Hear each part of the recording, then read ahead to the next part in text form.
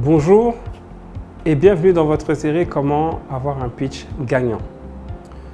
Vous avez parlé de votre superbe opportunité avec un bon problème sur un gros marché. Vous avez montré que votre solution est pertinente, attractive, que vous pouvez gagner de l'argent avec et surtout qu'elle est 10 fois meilleure que la compétition. Vous nous avez montré un plan clair à court, moyen et long terme. Vous nous avez dit avec quelle équipe vous allez exécuter ce plan.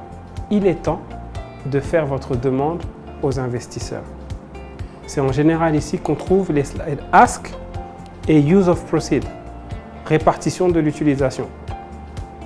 Dans votre slide de demande de financement, indiquez clairement le montant que vous cherchez.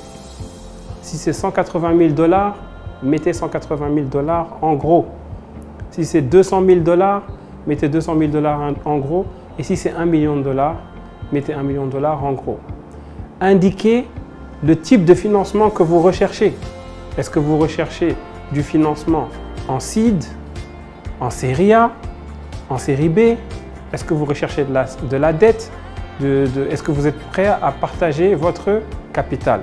Si c'est le cas, annoncez clairement combien vous êtes prêt à donner en échange de cet investissement.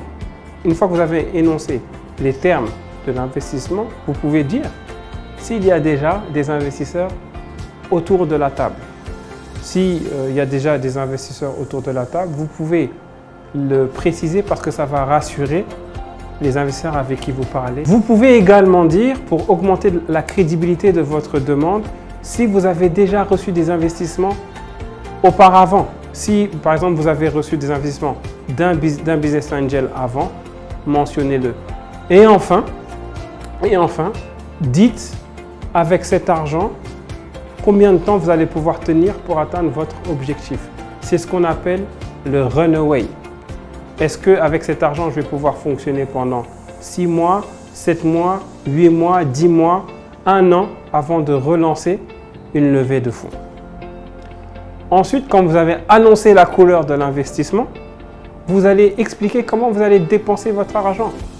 C'est très lié à votre objectif de go-to-market que vous avez cité juste avant. Il est bon d'expliquer comment les dépenses vont être réparties. Est-ce que ça va être en ressources humaines? Est-ce que ça va être en matériel? Est-ce que ça va être des développeurs? Soyez précis dans les termes. Donnez des choses tangibles. N'essayez pas de tout dire, mais expliquez vraiment les grandes catégories d'utilisation de votre argent.